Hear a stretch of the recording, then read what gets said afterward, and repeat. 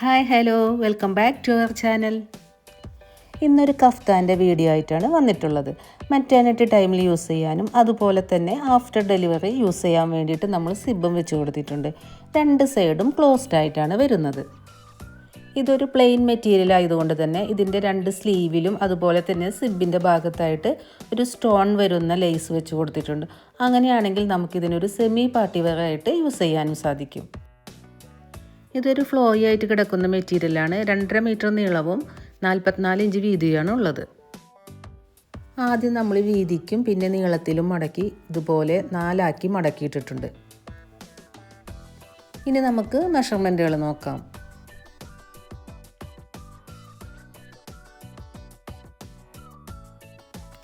Shoulder വരുന്നത് 13 ഇഞ്ചാണ്. അപ്പോൾ അതിൻ്റെ പകുതി 6.5 മാർക്ക് ചെയ്യാം.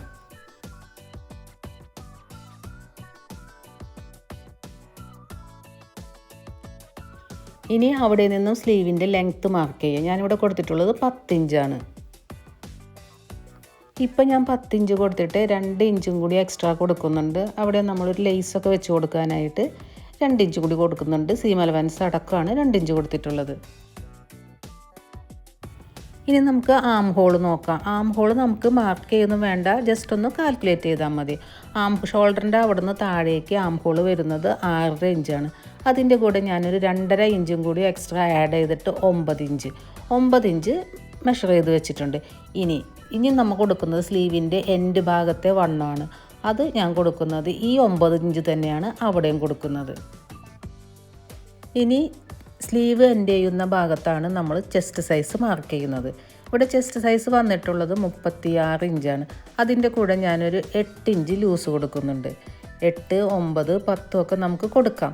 അപ്പോൾ ടോട്ടൽ 44 ഇഞ്ച്. അതിൻ്റെ 4 ഭാഗം കാണണം. അപ്പോൾ 11 ഇഞ്ച്. എന്നിട്ട് അതിൻ്റെ കൂടെ ഒരു 1/2 ഇഞ്ച് സീം അലവൻസും കൂടി ആഡ് ചെയ്യണം.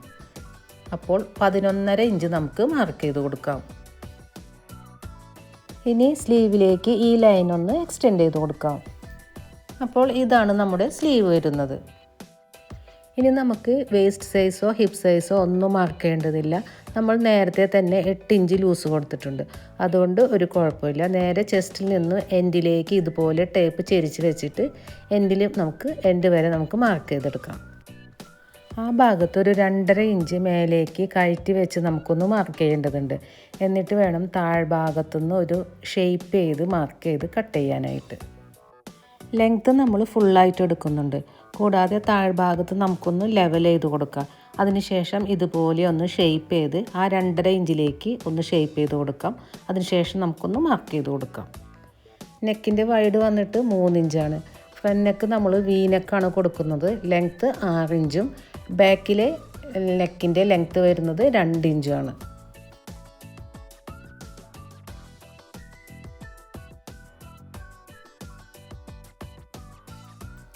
ആദ്യം തന്നെ നമുക്ക് ബാക്ക് നെക്ക് കട്ട് ചെയ്തെടുക്കാം. അതിന് ശേഷം രണ്ടും സെപ്പറേറ്റ് ആയിട്ട് പിടിച്ചിട്ട് വേണം ഫ്രണ്ട് നെക്ക് കട്ട് ചെയ്യാനായിട്ട്. ഇനി നമുക്ക് ഫ്രണ്ടിൽ സിബ് വെച്ച് കൊടുക്കണം. ഞാനിവിടെ ഇൻവിസിബിൾ സിബാണ് എടുത്തിട്ടുള്ളത്. എത്രയാണോ നമുക്ക് സിബിൻ്റെ ലെങ്ത്ത് വേണ്ടത് അതനുസരിച്ചിട്ട് നമുക്ക് കട്ട് ചെയ്തെടുക്കണം. ഞാനിവിടെ 8 ഇഞ്ച് കട്ട് ചെയ്തെടുത്തിട്ടുണ്ട്.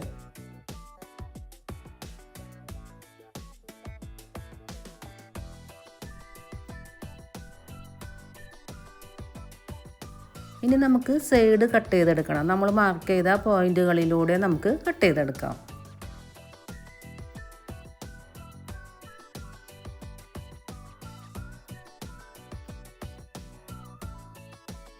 നിവർത്തിയിടുമ്പോൾ നമുക്ക് ഇതുപോലെയാണ് കിട്ടുക. ഇനി നമുക്ക് സിബ് വെച്ച് കൊടുക്കാം. തുണിയുടെ നല്ല ഭാഗത്താണ് നമ്മൾ സിബ് വെച്ച് കൊടുക്കേണ്ടത്. അതുപോലെ തന്നെ സിബിൻ്റെ നല്ല ഭാഗം. അപ്പോൾ നല്ല ഭാഗം ചേർത്ത് വെച്ചിട്ട് വേണം സിബ് അറ്റാച്ച് ചെയ്യാൻ. ഇതുപോലെ വെച്ച് കൊടുത്തിട്ട് സിബിൻ്റെ പല്ലിൻ്റെ അരികിലൂടെ നമുക്ക് സ്റ്റിച്ച് ചെയ്തെടുക്കാം. അതിനുശേഷം നമുക്ക് ഉള്ളിലേക്ക് തിരിച്ചിട്ട് കൊടുക്കണം.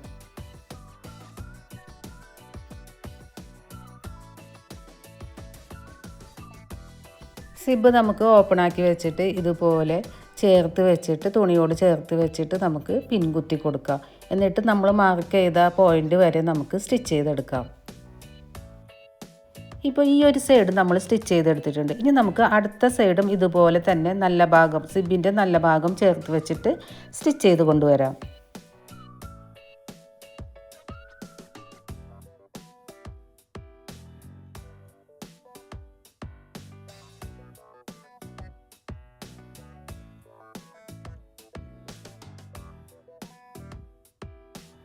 സിബ് അറ്റാച്ച് ചെയ്യാനായിട്ട് നമുക്ക് വൺ സൈഡ് ഫുട്ട് ഉപയോഗിക്കാം.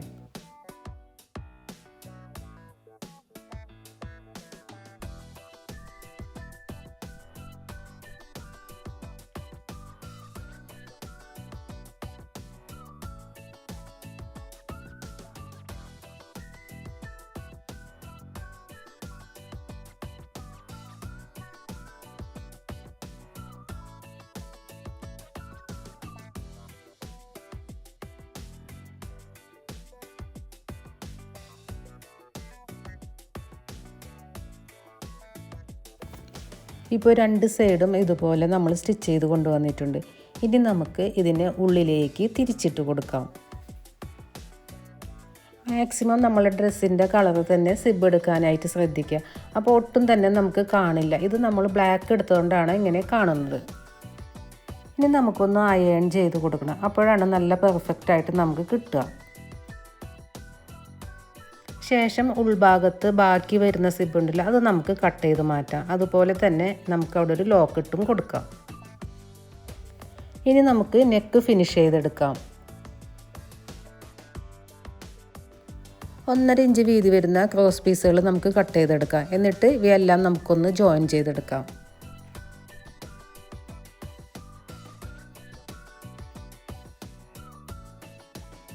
നെക്കിൻ്റെ അവിടെ നിന്ന് വേണം തുടങ്ങാനായിട്ട്. ഇതുപോലെ ഒരു 1/2 ഇഞ്ച് കൂടുതൽ വിട്ടിട്ട് വേണം നമുക്ക് നെക്ക് സ്റ്റിച്ച് ചെയ്തെടുക്കാനായിട്ട്. ഇതുപോലെ നല്ല ഭാഗവും ചേർത്ത് വെച്ചിട്ട് നെക്കിന് ചുറ്റിലും 1/4 ഇഞ്ചിൽ നമുക്ക് സ്റ്റിച്ച് ചെയ്തെടുക്കാം.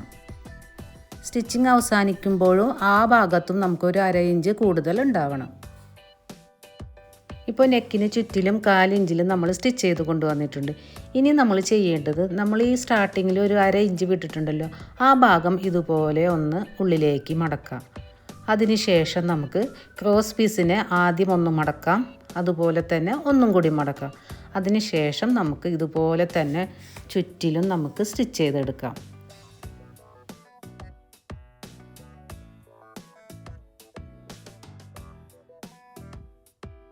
നെക്ക് ഫിനിഷ് ചെയ്തെടുത്തു. അതുപോലെ തന്നെ സിബിൻ്റെ ഒരു സൈഡിലായിട്ട് ഇതുപോലെ ഒരു ലേസ് വെച്ച് കൊടുത്തിട്ടുണ്ട്.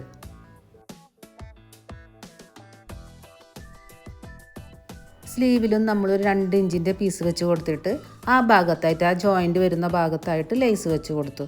എന്നിട്ട് സ്ലീവിൻ്റെ എൻഡ് ഭാഗം മടക്കി സ്റ്റിച്ച് ചെയ്തെടുത്തു. അതുപോലെ തന്നെ ഇനി സൈഡും നമുക്ക് ഒരു 1/2 ഇഞ്ചിൽ സ്റ്റിച്ച് ചെയ്തെടുക്കാം.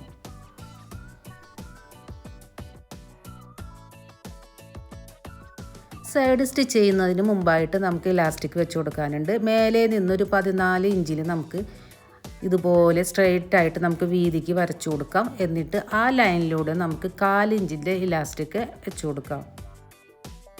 2 സൈഡിലായിട്ടും നമ്മളൊരു 4 ഇഞ്ചിൻ്റെ ഗ്യാപ്പ് വിട്ടിട്ടുണ്ട്. അതിന് ശേഷമാണ് ബാക്കിയുള്ള ഭാഗത്താണ് നമ്മൾ ഇലാസ്റ്റിക് വെച്ച് കൊടുക്കുന്നത്.